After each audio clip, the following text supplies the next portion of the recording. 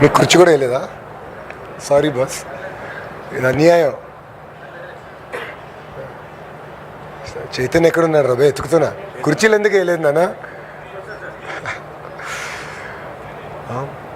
Media మిత్రులందరికీ నా నమస్కారం. మీరందరూ నాతో పాదయాత్రలు నడిచినవారు. ఆనాడు నేను పదే పదే చెప్పేవాడిని, రాయలసీమకి క్యాన్సర్ గడ్డ అన్న వ్యక్తి జగన్మోహన్ రెడ్డి. ఆయన ఎప్పుడు ఆలోచన రాయలసీమ ముందరికి వెళ్ళకూడదు, రాయలసీమ ఏదో వాళ్ళ ఆస్తిలాగా భావించే వ్యక్తి. ప్రజలకి మేలు చేయాలి, పెట్టుబడులు తీసుకురావాలి, పరిశ్రమలు తీసుకురావాలని ఏనాడు వాళ్ళకి ఆలోచన లేదు. దానికి ఒక అద్భుతమైన ఉదాహరణ భారతీ స్టీల్.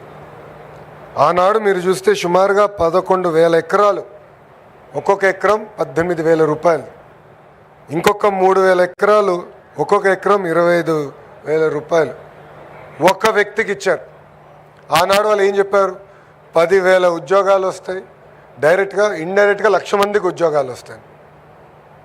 ఒక్క ఉద్యోగం రాలేదు. అది పెట్టుకుని ఏకంగా మైనింగ్ లైసెన్స్ తీసుకున్నారు.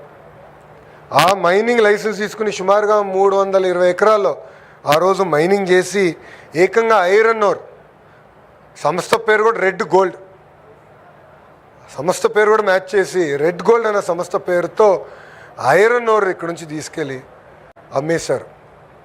దాంతో విపరీతంగా ఆనాడు ఇది మీరు ఇటు పక్కన గాలి జనార్దన్ రెడ్డి గారు, ఇంకో పక్కన జగన్మోహన్ రెడ్డి గారు, వీళ్ళిద్దరికి ఆదాయం వచ్చింది తప్ప కడప జిల్లాకి చెందిన నిరుద్యోగ యువకులకి ఒక్క ఉద్యోగం కూడా రాని పరిస్థితి. ఇంతేకాదు, మీరందరూ ప్రజలందరూ ఒక విషయం ఆలోచించాలి. 2017లో ఆనాడు పెనుగొండ నియోజకవర్గంలో ప్రజలందరికీ పిలిపించి ఒక 1000 ఎకరాలు ఇవ్వండి. కేవలం కియానే కాదు, కేవలం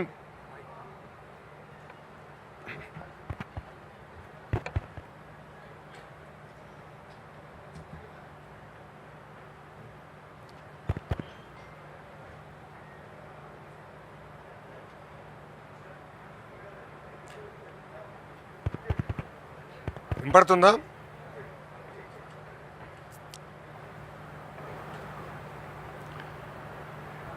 కేవలం కియానే కాదు, కియా అనుబంధ విభాగాలు కూడా మేము తీసుకొస్తాం. పెద్ద ఎత్తున నిరుద్యోగ యువకులకు ఉద్యోగాలు కల్పిస్తామని అన్నాడు, హామీ ఇచ్చాం. ఇప్పుడు ప్రత్యక్షంగా పరోక్షంగా మీరు చూస్తే సుమారుగా 30,000 మంది ఆ ఒక్క ఎకో సిస్టమ్ పైన ఆధారపడి ఉన్నారు. అది ఈ కూటమి ప్రభుత్వానికి ఉన్న చిత్తశుద్ధి. 2019 నుంచి 24 వరకు మీరు చూసారు వాళ్ళు ఎట్లా బెదిరించారు. కియా యజమాని బెదిరించారు. దాల్మియా సిమెంట్కి ఏకంగా నోటీస్ పంపించి ఫ్యాక్టరీ మూసేయండి అని చెప్పారు. కారణం ఏంటంటే వాళ్ళు అడిగింది వీళ్ళు ఇవ్వలేదని. అంటే అడుగడుగున పారిశ్రామికవేత్తలు ఇబ్బంది పెడదాం, వాళ్ళ దగ్గర డబ్బులు తీసుకుందాం, అప్పుడు ఫ్యాక్టరీ నడిపిద్దాం, లేదంటే ఫ్యాక్టరీ మూసేద్దాం అనే ఆలోచన వాళ్ళకు ఉండేది. 5 సంవత్సరాలు యువతకు ఒక్కరికి ఉద్యోగం రాలే, అనేక ఇబ్బందులు ఎదుర్కొన్నారు. అందుకే మీరు చూస్తే ఎప్పుడు లేని విధంగా 175 స్థానాల్లో 164 స్థానాలకి ప్రజలు ఎన్డీఏని గెలిపించారు. అంటే మా పైన ఎంత ఆశలతో గెలిపించారు అనేది ఇది ఒక ఉదాహరణ. అందుకే మీరు చూస్తే ఒక పక్కన గౌరవ ముఖ్యమంత్రి గారు, ఇంకో పక్కన మా ఇండస్ట్రీస్ మార్చులు టీజీ భరత్ గారు, ఐటీ మంత్రిగా నేను, ముగ్గురం కలిసికట్టుగా పనిచేసి ఎప్పుడు లేని విధంగా ఆంధ్ర రాష్ట్రానికి పెద్ద ఎత్తున పెట్టుబడులు తీసుకొస్తున్నాం. మా నినాదం ఒకటే, ఒకే రాష్ట్రం ఒకే రాజధాని, కానీ అభివృద్ధి వికేంద్రీకరణ. అభివృద్ధి వికేంద్రీకరణ అనేది ఈరోజు కొత్తగా మేము చెప్పింది కాదు. ఆనాడు అమరావతి ప్రకటించే ముందల 2014లో శాసనసభ సాక్షిగా ఏ జిల్లాకి ఎలాంటి పరిశ్రమలు మేము తీసుకొస్తాం, ఎక్కడ ఎయిర్పోర్ట్లు కడతామని ఆనాడే గౌరవ ముఖ్యమంత్రి గారు చెప్తాం జరిగింది. ఈరోజు ప్రజలందరూ గమనించాలి, పెద్ద ఎత్తున పరిశ్రమలు వస్తున్నాయి. గూగుల్ కానివ్వండి, ఆసిలం మిత్తల్ కానివ్వండి, ఆమ్కా ఫైటర్ జెట్ కానివ్వండి, రాయల్ ఎన్ఫీల్డ్ కానివ్వండి, దాల్మియా సిమెంట్స్ కానివ్వండి, ఇంకొక 5 సిమెంట్ ఫ్యాక్టరీలు త్వరలో రాబోతున్నాయి. ఇట్లా భారతదేశంలో ఏ రాష్ట్రంలో జరిగిన విధంగా పెద్ద ఎత్తున మేము పెట్టుబడులు తీసుకొస్తున్నాం, అభివృద్ధి చేసి మేము ముందరికి వెళ్తున్నాం. మీ అందరు చూశారు, మన ఎస్ఏఎల్ సంస్థ కూడా మేలో వాళ్ళు ఓపెన్ చేశారు. కరెక్ట్గా నెల తర్వాత గౌరవ ముఖ్యమంత్రి గారికి ఇక్కడ వచ్చి జేఎస్డబ్ల్యూ పనులు ప్రారంభించారు. నెల మారే లోపలనే మళ్ళీ దాల్మియా సిమెంట్స్కి శంకుస్థాపన చేసాం. అంటే 3 నెలల్లో 3 సార్లు కడపకు వచ్చాం. ఇంకో పక్కన మన పుట్టపర్తికి వెళ్ళాం, ఆమ్కాకి శంకుస్థాపన చేసాం. కర్నూలులో పెద్ద ఎత్తున పనులు జరుగుతున్నాయి. త్వరలో హైకోర్టు బెంచ్ కూడా కర్నూలుకి రాకపోతుంది. ఇలా రాయలసీమలో ఉన్న అన్ని జిల్లాలను కూడా అభివృద్ధి చేయాలి లక్ష్యంతో ప్రజాప్రభుత్వం, ఈ కూటమి ప్రభుత్వం కట్టుబడి ఉంది. కానీ ఇక్కడ బాధాకరమైన విషయం ఏంటంటే ప్రతిపక్ష పార్టీ వాళ్ళు చేతగానోళ్ళు, వాళ్ళు ఒక్క పరిశ్రమ తీసుకురాలేరు. కానీ బాధ ఎక్కడ వేస్తుందంటే మేము తీసుకొచ్చిన పరిశ్రమలపైన కేసులు వేస్తున్నారు. వాళ్ళ పార్టీకి చెందిన ఒక ఎంపీ ఏకంగా ఒక పిల్లేసి గూగుల్కి, టీసీఎస్కి, కాగ్నిసెంట్కి ల్యాండ్ ఎలా ఇస్తారని ప్రశ్నిస్తాడు. అంటే ఎంత అన్యాయం ఒక్కసారి ఆలోచించండి. వాళ్ళ పార్టీకి చెందిన ఎంపీ నిన్నగాక మొన్న ఒక జంపింగ్ జపాంగ్ ఉన్నాడు. ఈ పార్టీ నుంచి ఆ పార్టీ, ఆ పార్టీ నుంచి ఈ పార్టీకి జంపింగ్ చేసేవాడు ఇక్కడ ఉన్నాడు ఒక వ్యక్తి. ఆయన పెద్ద పెద్ద మాటలు మాట్లాడుతున్నాడు. అరే 5 సంవత్సరాల మళ్ళీ మీరు చేసింది ఏంటయ్యా? 2022లో ఈ ఫ్యాక్టరీకి మీరు లీగల్ నోటీస్ పంపించారా లేదా? సమాధానం చెప్పమనండి. ఎస్ఏఎల్ని ఆపాలని ప్రయత్నిస్తారు, దాల్మియా సిమెంట్ ఫ్యాక్టరీని ఆపాలని ప్రయత్నిస్తారు. ప్రజలు స్వచ్ఛందంగా ముందలకు వచ్చి వాళ్ళ పిల్లల భవిష్యత్తు కోసం, పిల్లలకు ఉద్యోగాలు వస్తుందని వాళ్ళు భూములు ఇస్తే అదే ఊర్లకి ఆ జంపింగ్ జపాంగు, ఆ జఫా బ్యాచ్ వెళ్ళి ఏకంగా అక్కడ ప్రజల్ని రెచ్చగొడుతున్నారు.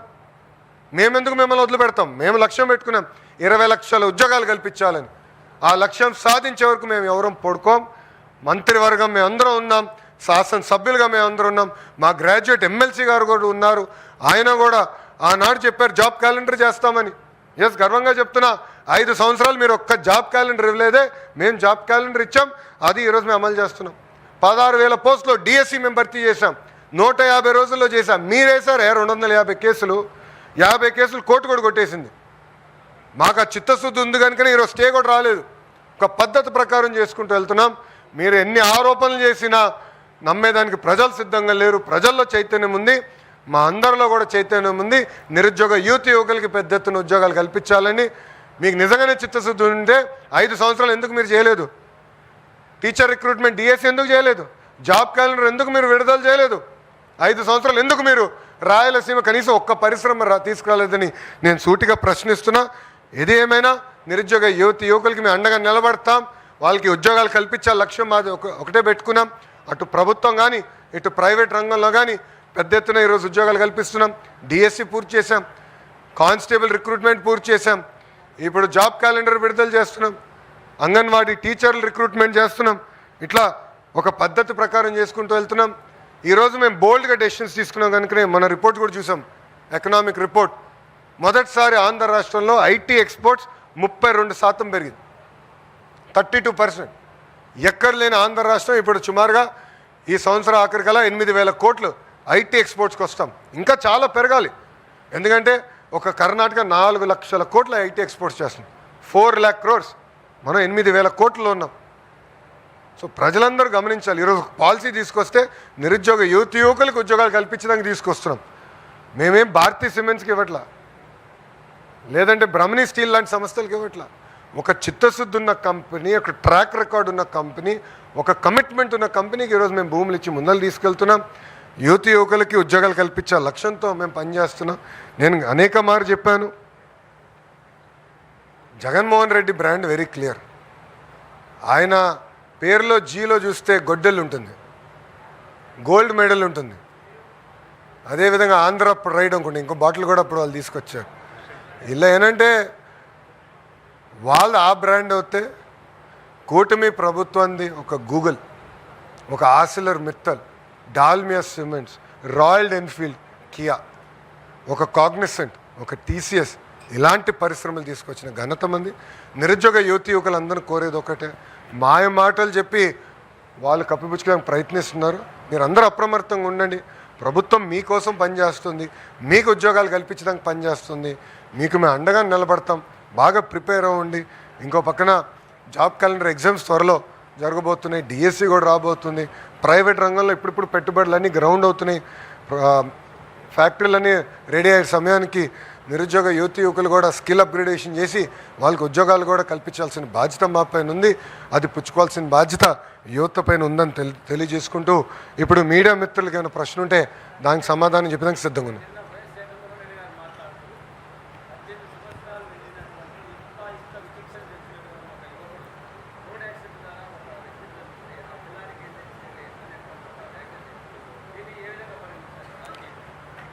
జగన్మోహన్ రెడ్డి గారి party hit and run party అని పేరు పెట్టచ్చు. ఎందుకంటే ఆయన సొంత కార్యకర్తని గుద్ది అతని తల కారు టైర్ కింద పడిన తొక్కుంటూ పోయి ఆగను కూడా ఆగల. ఆనాడు కానీ జగన్మోహన్ రెడ్డి అనే వ్యక్తి ఆగుంటే ఆ వ్యక్తి బతికేవారు, సింగయ్య అనే వ్యక్తి బతికేవారు. ఈరోజు సవాన్ తీసుకుని రోడ్ పక్కన పడేసి పారిపోయాడు.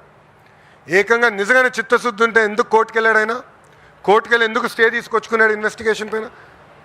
ఎంత అన్యాయమో చూడండి. అంతేకాదు ఈరోజు వాళ్ళ పార్టీకి చెందిన ఒక మాజీ శాసనసభ్యుడు, నేను డాక్టర్ అని గొప్పలు చెప్పుకునే వ్యక్తి, మాజీ మంత్రి, వాళ్ళ కొడుకు యాక్సిడెంట్ చేశాడు. 18 సంవత్సరాలు, is a major, is not a minor. 18 సంవత్సరాలు కుర్రోడు యాక్సిడెంట్ చేశాడు. యాక్సిడెంట్ చేసిన తర్వాత ఏం చేయాలి? బాబు ఆ క్షణంలో భయం ఉండుండొచ్చు. ఏం చేస్తాడు? ఇంటికి వస్తాడు. అప్పుడు తల్లిదండ్రులపైన ఉన్న బాధ్యత ఏంటి?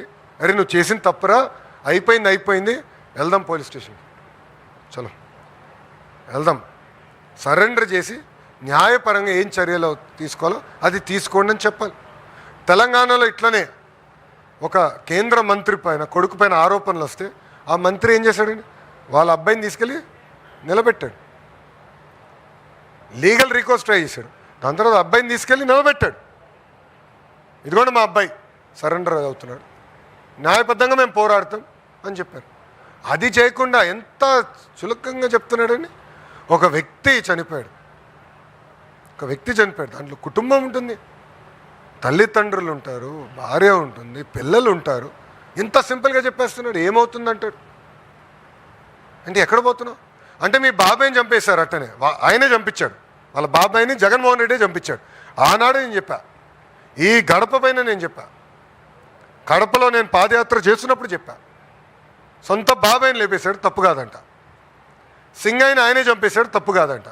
వాళ్ళ పార్టీకి చెందిన వాళ్ళు ఒక వ్యక్తిని గుద్ది చంపేస్తే అది తప్పు కాదంట. మేము చిత్తశుద్ధి ఉంది. పాప మత్స్యకారులు చనిపోతే మా మంత్రి గారు వెళ్ళి ఏకంగా వాళ్ళు పరామర్శించి ఒక్కొక్క కుటుంబానికి 10 లక్షల రూపాయలు మేము అందజేశాం.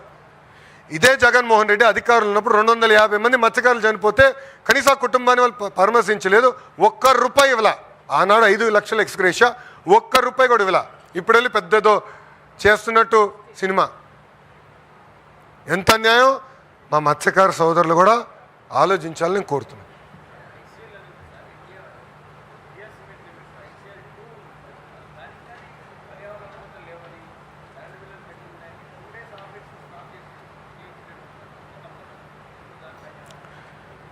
సార్, మా ఇండస్ట్రీస్ మంత్రి గారు అదేవిధంగా మంత్రివర్గంలో ఉన్న మంత్రులందరం లక్ష్యం ఒకటే, పరిశ్రమలు నడవాలి. ఏమైనా ఇబ్బందులు ఉంటే ప్రభుత్వం తరపున ఏమైనా సమస్యలు ఉంటే అది మేము పరిష్కరించాలి, పరిశ్రమల తరపున ఏమైనా లోటుపాట్లు ఉంటే వాళ్ళు సరిదిద్దుకోవాలి. దాంట్లో మాకు చాలా క్లారిటీ ఉంది. ఎక్కడ ప్రకృతి ఇబ్బంది పడకూడదు, పనిచేస్తున్న కార్మికులు ఇబ్బంది పడకూడదు, అది మా లక్ష్యం. బట్ కలిసికట్టుగా పనిచేస్తూ వ్యవస్థల్ని ముందలు తీసుకెళ్ళాలి.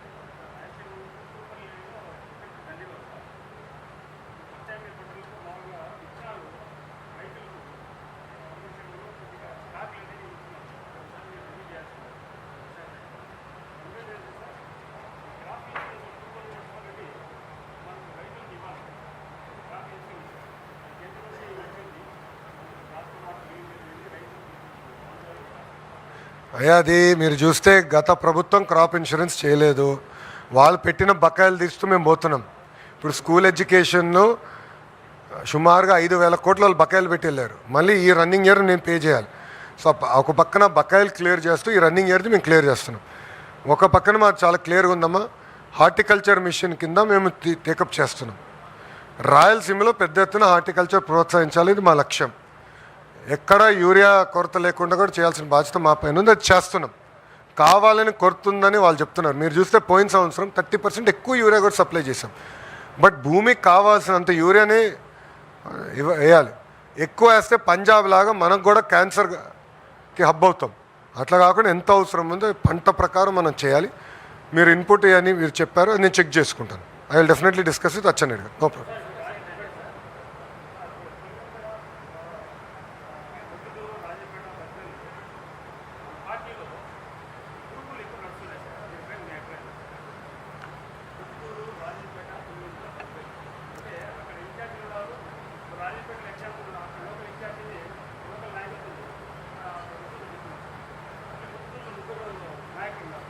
అన్నా మేము కలిసికట్టుగా పనిచేస్తాం.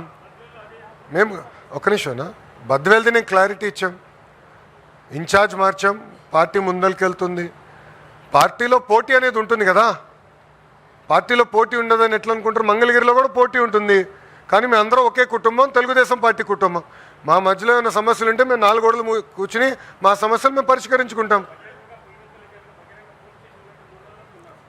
అదేమైనా ఉంటే మా ఇన్ఛార్జ్ మార్చులు ఉన్నారు, మా జోనల్ కోఆర్డినేటర్ ఉన్నారు, మా సమస్యలు మేము పరిష్కరించుకుంటాం. బయట వాళ్ళు అవసరం. We will solve our own problems, no problem.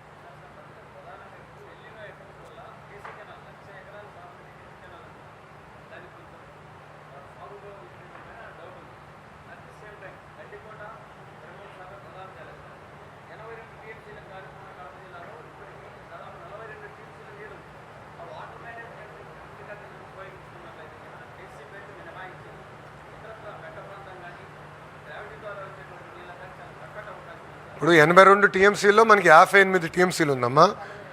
నేను చెక్ చేసి కలెక్టర్ గారితో మాట్లాడాను. ఆల్ రిజర్వాయర్స్ చెక్ చేస్తే 58 ఉందన్నారు. ఇప్పుడు ఏం చేయాలంటే అది ఇన్ఛార్జ్ మంత్రి గారు ఉన్నారు, ఎమ్మెల్యేలు అందరూ కూర్చుని ఎక్కడ ఎంత పంట ఉంది, ఎట్లా నీరు పంపించాలనేది చాలా ఎఫిషియెంట్గా మేనేజ్ చేస్తాం.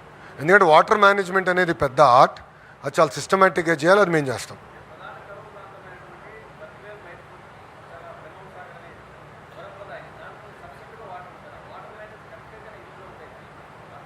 మనం 100% చేయాలమ్మా. ఇప్పుడు ఎల్నీనో ఎఫెక్ట్ ఉంది, అందరూ చూస్తున్నాం కదా. వర్షం కూడా ఈ సంవత్సరం తక్కువ ఉంది, భారతదేశ వ్యాప్తంగా తక్కువ ఉంది వర్షం. ఇది ఓవర్కమ్ అవ్వాలి, ఛాలెంజ్ ఉంది, లేదని అన్నట్లు. మీరు ఇట్లానే పెంచండి, మీరు ఎక్స్పెక్టేషన్స్ పెంచుతూ పోతారు. వచ్చిన పరిశ్రమల గురించి మీరు ఎవరు మాట్లాడట్లా, మీడియా మిత్రులు కూడా మాట్లాడట్లా. ఆమ్కా తీసుకొచ్చాము, ఎస్ఐఎల్ తీసుకొచ్చాము, పిఎస్పీలు అవుతున్నాయి, ఏసీ తయారీలు ఇక్కడే అవుతున్నాయి, రాయల్ ఎన్ఫీల్డ్ మనకే వచ్చింది, Kia expansion, drone city, space city, కర్నూలులో మంత్రి గారు పెద్ద ఎత్తున పరిశ్రమలు తీసుకొచ్చారు, రిలయన్స్ ఫుడ్ ప్రాసెసింగ్ పెద్ద ఎత్తున ఆయన తీసుకొచ్చారు. దాని తర్వాత గోల్డ్ మైనింగ్ కూడా 1 మైన్ ఓపెన్ అయింది, 2 మైన్ త్వరలో ఓపెన్ చేయబోతున్నాం. ఇట్లా సిస్టమేటిక్గా చేసుకుంటూ వెళ్తామా. అట్లా ఎలాంటి సందేహాలు. అభివృద్ధి వికేంద్రీకరణ అనేది 2014 చెప్పింది మేము, ఆనాడే కియా తీసుకొచ్చింది మేము. మిగతా ప్రాజెక్టులు కూడా పూర్తి చేస్తాం.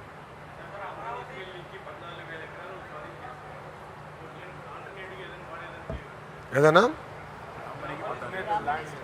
బ్రాహ్మణి స్టీల్స్కి ఇచ్చిన భూమిలో కోర్టులో లీగల్ లిటిగేషన్ అంతా క్లియర్ చేసి ప్రభుత్వం తిరిగి ఆ భూమిని స్వాధీనం చేసుకుంటాం జరిగింది.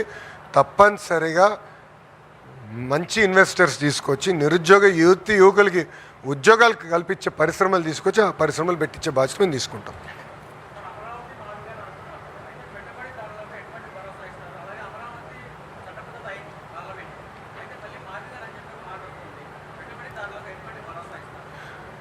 ఇప్పుడు జగన్ గారికి ఒక అలవాటు ఉందమ్మా, ఆత్మలతో మాట్లాడతాడు. ఒక్కొక్క రోజు ఒక్కొక్క ఆత్మతో మాట్లాడతాడు. ఒకరోజు మావిగన్ అంటాడు, ఇంకో రోజు బెంటాహే అంటాడు. బెంటాహే అంటే ఏం తెలుసా? బెంగళూరు, తాడేపల్లి, హైదరాబాద్. ఎక్కడున్నాడు ఆయన? బెంగళూరు. వారానికి 2 రోజులు తాడేపల్లి, మళ్ళీ ఇప్పుడు వార్తలు వస్తున్నాయి హైదరాబాద్కి వెళ్తాడు అని. సో బెంటాహై. సో ఆయనకి ఏంటంటే ఒకరు వచ్చి ఒక మాట అన్నాడు నాతో, సార్ 3 రాజధానులు మాకు పనికొచ్చినాయి అన్నాడు. ఎందుకబ్బా అన్న? కరెక్ట్ సార్, బెంగళూరు బాగా అభివృద్ధి చెందింది సార్ వైకాపా టైంలో, చెన్నై బాగా అభివృద్ధి చెందింది సార్, హైదరాబాద్ కూడా బాగా అభివృద్ధి చెందింది సార్, 3 రాజధానులు బాగా పనిచేసింది సార్ ఆ టైంలో అన్నాడు. అలా ఉంటుంది. సో పాయింట్ ఏంటంటే అమ్మా, ఇన్వెస్టర్స్ అందరూ గమనిస్తారు, ప్రజలు గమనించాలి, ప్రజలు అప్రమత్తంగా ఉండాలి. ఎందుకంటే కావాలని దుష్ప్రచారం చేసి కొత్త కొత్త నినాదాలు తీసుకొస్తే ఉన్న పెట్టుబడిదారులు కూడా రేపు రారు. దానివల్ల ఇబ్బంది పడేది నిరుద్యోగ యువకులు. సో అది ప్రజలు కూడా గమనించాలి, నిరుద్యోగ యువకులు గమనించాలని కోరుతున్నాం. యాజ్ పర్ షెడ్యూల్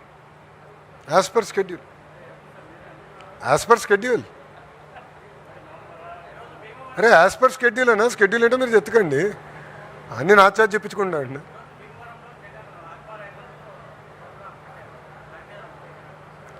ప్రోగ్రాం పెట్టుకునే హక్కు ఆయనకు ఉంది. ఆయనలాగా మేము ఆయనలాగా మేము హౌస్ అరెస్టులు చేయట్లా, పర్మిషన్లు ఇవ్వకుండా పోవట్లా. ఆయన హెలికాప్టర్కి పర్మిషన్ ఇచ్చాం, కార్కి పర్మిషన్ ఇచ్చాం, ఆయన మీటింగ్ పెట్టుకుంటే పర్మిషన్ ఇచ్చాం. కానీ లా అండ్ ఆర్డర్ మటుకు వాళ్ళ చేతుల్లో తీసుకుంటే మటుకు మేము వదిలిపెట్టాం, ఎవరిని వదిలిపెట్టాం. నంబర్ 1. నంబర్ 2, ఆక్వా రైతుల్ని ప్రోత్సహించింది మేము, పవర్ సబ్సిడీ ఇచ్చింది మేము. ఈరోజు ఏమైంది, మీకు ప్రపంచవ్యాప్తంగా మీకు క్రూడ్ ప్రైస్ పెరిగింది, పెట్రోల్ డీజిల్ ప్రైసెస్ పెరిగినాయి. It is a fact. పెరిగే వల్ల ఇన్పుట్ పెరిగింది. జగన్మోహన్ రెడ్డి ముఖ్యమంత్రిగా ఉన్నప్పుడు ఫీడ్ ప్రైస్ 35 రూపాయలు పెరిగిందండి. ఆనాడు ఎప్పుడైనా బయటకు వచ్చాడైనా? 35 రూపాయలు పెరిగితే ఒక్కరోజు బయటికి రాల. 2 సంవత్సరాల్లో మొత్తం పెరిగేది 12 రూపాయలు.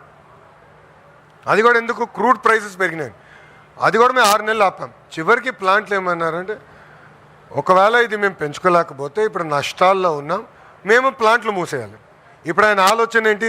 ఫీడ్ ప్లాంట్లు మూసేస్తే ఇంకెక్కువ ఆందోళన వస్తుంది కదా, అదే ఆయన ఆలోచన. మళ్ళీ 5 సంవత్సరాలు మీరెందుకు 30 రూపాయలు పెంచారు? 5 సంవత్సరాలు క్రూడ్ ప్రైస్ పెరగల, 5 సంవత్సరాలు రా మెటీరియల్ ప్రైస్ పెరగల, మళ్ళీ 30 రూపాయలు ఎటు పెరిగిందిరా భయ్? అంటే 5 సంవత్సరాలు ఒక నీతి, ప్రతిపక్షంలోకి వచ్చిన తర్వాత ఒక నీతి. 5 సంవత్సరాలు బయటికి రాలా, ఇప్పుడు వచ్చి మాటలు. అది కూడా మీరు చూడండి, హెలికాప్టర్లు వెళ్తాడు, డైరెక్ట్ ఇంటి నుంచి బయలుదేరుతాడు, భీమవరంకి వెళ్తాడు, అక్కడ నుంచి కరెక్ట్గా 500 మీటర్లు మీటింగ్ పెట్టుకుంటాడు, మళ్ళీ అక్కడ నుంచి వస్తాడు, రిటర్న్ వచ్చేస్తాడు. ఎట్లా చేసుకోనండి అబ్బా, ఏముంది, ఏమవుతుంది? ఎన్నికల ముందలు కూడా అదే చేశారు కదా, కానీ ప్రజలందరూ గమనిస్తున్నారు. మత్స్యకారులకి రెస్పాండ్ అయింది ఫస్ట్ ఎవరండి? కూటమి ప్రభుత్వం. విశాఖ ఉక్కుల యాక్సిడెంట్ జరిగితే రెస్పాండ్ అయింది ఎవరు? 6 గంటలకు ఏకంగా హోంమంత్రి గారు వెళ్ళారు. 12 గంటల లోపల కేంద్ర ఉక్కు శాఖ మార్చులు వచ్చారు. 24 గంటల లోపల నేను వెళ్ళాను, గౌరవ ఉప ముఖ్యమంత్రి గారు కూడా వెళ్ళారు. మా బాధ్యత అది. మత్స్యకారులు రిటర్న్ జరిగితే 10 లక్షల రూపాయలు చెక్ మేము వాళ్ళ చేతిలో పెట్టొచ్చాం. చనిపోయిన వాళ్ళు తిరిగి తీసుకురాలేం, కనీసం కుటుంబానికి అండగా నిలబెడడానికి డబ్బులు మేము ఇచ్చాం. మళ్ళీ 5 సంవత్సరాలు ఆయన 250 కుటుంబాలకు ₹1 ఇవ్వకుండా ఇప్పుడు వచ్చి పెద్ద మాటలు చెప్తున్నాడు. ఇది మత్స్యకార సోదరులు కూడా గమనించాలి. అది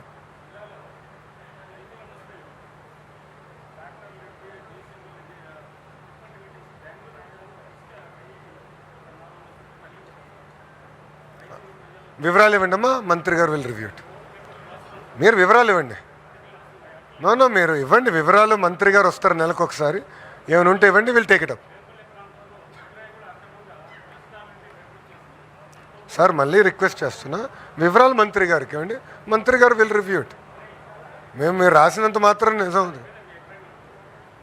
నా అభిప్రాయం ఏముంటుంది?